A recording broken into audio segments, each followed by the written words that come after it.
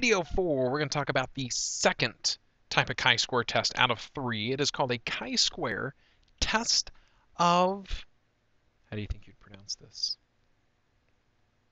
Homogeneity. Homogeneity. Put the emphasis on the other syllable. So the question we're going to immediately dive into here says chronic users of cocaine need the drug to feel pleasure. Perhaps giving them a medication that fights depression will help them stay off cocaine. A 3-year study compared an antidepressant called desipramine with lithium, a standard treatment for cocaine addiction, and a placebo. The subjects were 72 chronic users of cocaine who wanted to break their drug habit. 24 of the subjects were randomly assigned to each treatment. Here are the counts and proportions of the subjects who avoided relapse into cocaine use during the study. So out of 24 subjects for each of the 3 treatments here, we had 14 did not relapse out of 24 on the desipramine. We had 6 out of 24 not relapse on the lithium, and 4 out of 24 did not relapse who just had a placebo. So we can see our proportions here. Over 50% of our desipramine users did not relapse. A fourth on lithium didn't relapse, and 16.7% on placebos did not relapse. The question we are going to be asking here is, does it appear that these treatments are equally effective, or is one perhaps more effective than the others?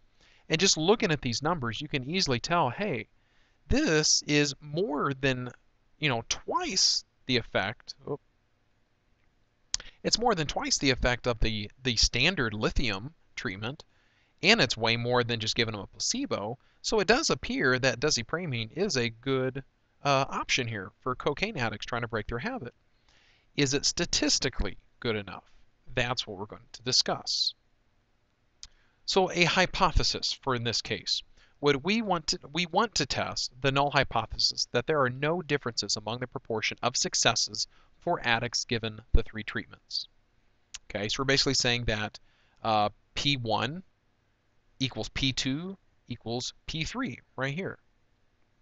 And that is basically saying the proportion of all addicts, or the proportion all addicts that would experience success, no relapse, that's how we're defining a success here, is the same for all 3 treatment groups. That if you were on the desipramine, you were on the lithium, you were on a placebo, they're all equally as effective. Versus the alternate. Now, instead of saying that P1 is not equal to P2, or P1 is not equal to P3, or P2 is not equal to P3, okay, these are our 3 different alternatives here. It's much easier to just say that the proportions are not all equal. Okay, so we can just say this. This guy right down here. Not all of P1, P2, and P3 are equal. Now, some of them might in fact be equal, but collectively, again, as a group, not all of them are equal. So our alternate written out would say specifically the 3 treatments are not equally effective for all addicts. Or another way to say it is at least one differs from the others. The alternative hypothesis is no longer one-sided or two-sided. It is technically many-sided because it allows any relationship other than all 3 equal. Okay, we're not saying all of them are equal. Some of them might be equal, but not all of them are equal. That's why we're saying many-sided. Conditions, the same as they were for a goodness of fit test, thank the Lord. So we still have the random condition. It does say subjects were randomly assigned to each treatment. Cool. Independent, can we say that all chronic users of cocaine is more than 720? Unfortunately, that is true. And then large sample size. Are all expected counts at least 5? We're going to have to double check that once we do the expected counts. All right, now the first thing you're going to want to do if they don't give you a table is to make a table. Okay, so here's our observed values here. Now we've got one categorical variable of treatment, and we have a second categorical variable of, I guess you could say relapse, yes or no type thing. So we have a 3x2 table here, right? And we have 24, 24, 24.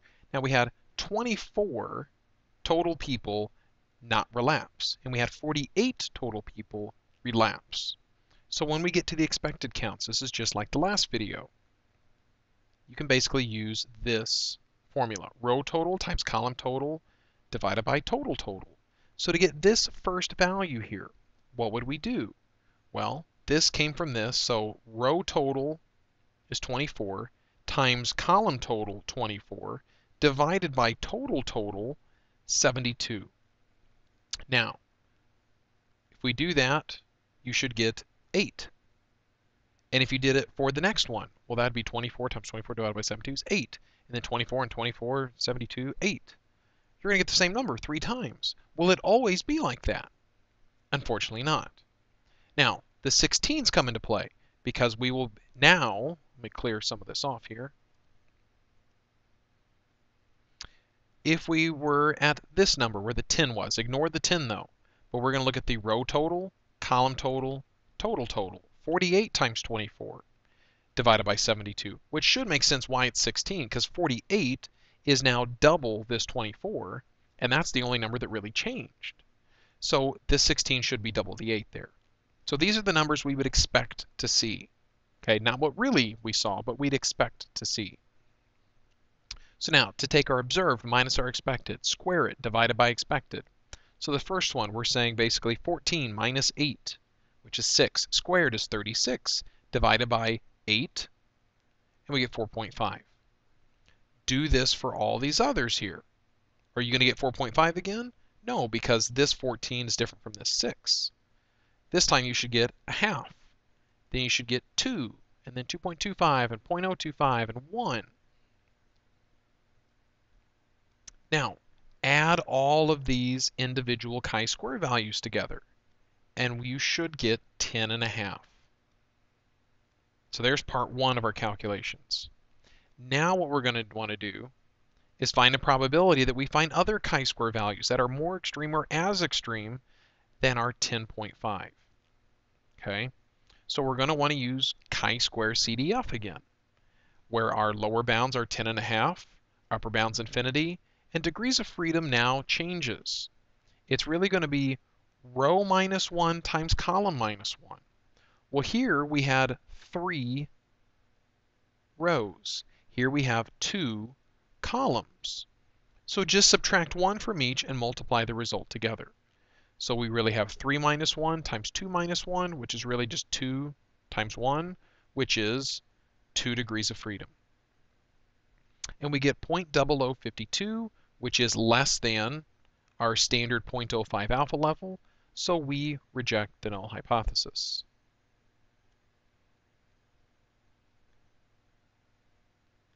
And last but not least, our conclusion. So we do have enough evidence at the 0.05 alpha level to conclude that the proportion of successes for all addicts given desipramine, lithium, or placebo are not all equal. Okay. Now, here is some computer printout information here, what you might see from some computer software, statistical software. And you know, they do all this here, and here's our expected counts. There's the 8 to 16, the 8 to 16, the 8 to 16. Here's all the individual chi-square numbers. Here's that total 10.5. Here's our degrees of freedom. And notice this, though, 0.9948. Well, that's kind of like our p-value of 0.0052, except they went the other way. Whenever they did the chi-square, they found the probability of going back to 0. Okay, so in this case, you would just need to know, take 1 minus this, and that really represents the p-value. So I guess apparently sometimes in apparently Minitab, which is the program, it will give you the complement, which, I don't know, basically you need to subtract that from 1 to get the true p-value. Now, here's the thing. You can do chi-square tests on your calculator. Why didn't you tell us this earlier, Chuck? What you need to do is use matrices, which some of you have experience dealing with matrices in the 8384s, and some of you don't.